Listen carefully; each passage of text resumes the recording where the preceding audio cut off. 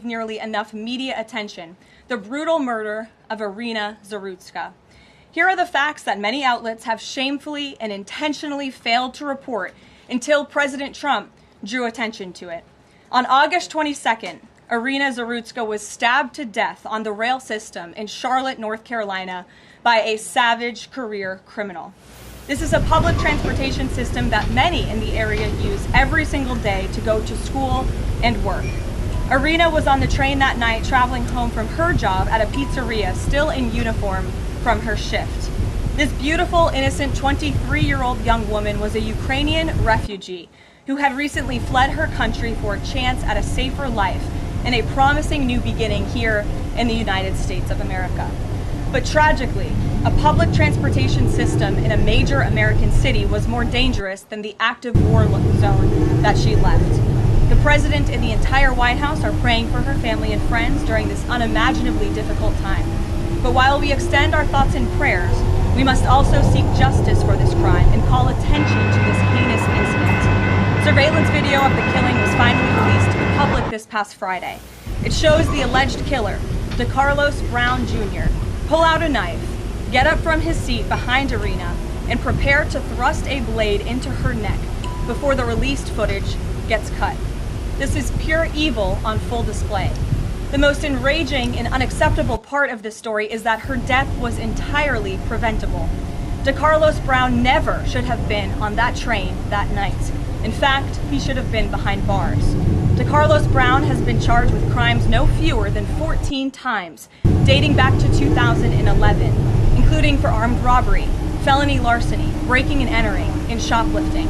Brown had previously served 5 years in prison for a robbery with a deadly weapon charge, and he had also forfeited bonds 3 different times, twice in 2014 and once in 2023.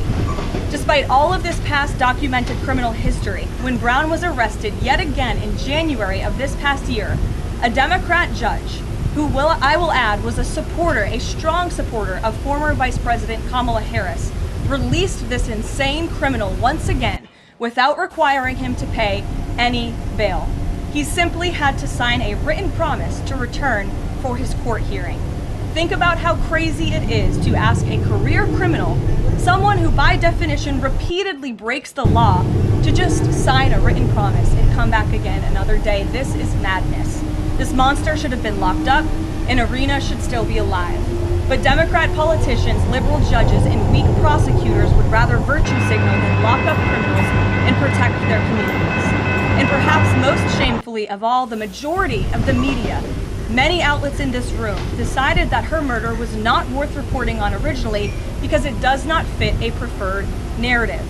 Many of the journalists in this room spilled plenty of ink trying to smear Daniel Penny for defending a subway car from a deranged lunatic in New York City, but none of those same reporters lift a finger to write stories about an actual murderer.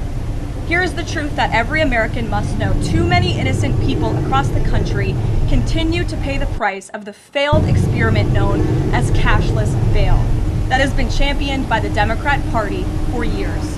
All the way back in 2020, North Carolina's then Democrat Governor Roy Cooper established a so-called task force for racial equity in criminal justice. Sounds nice, but it's not. That task force was co-authored by then Attorney General and current Democrat Governor Josh Stein.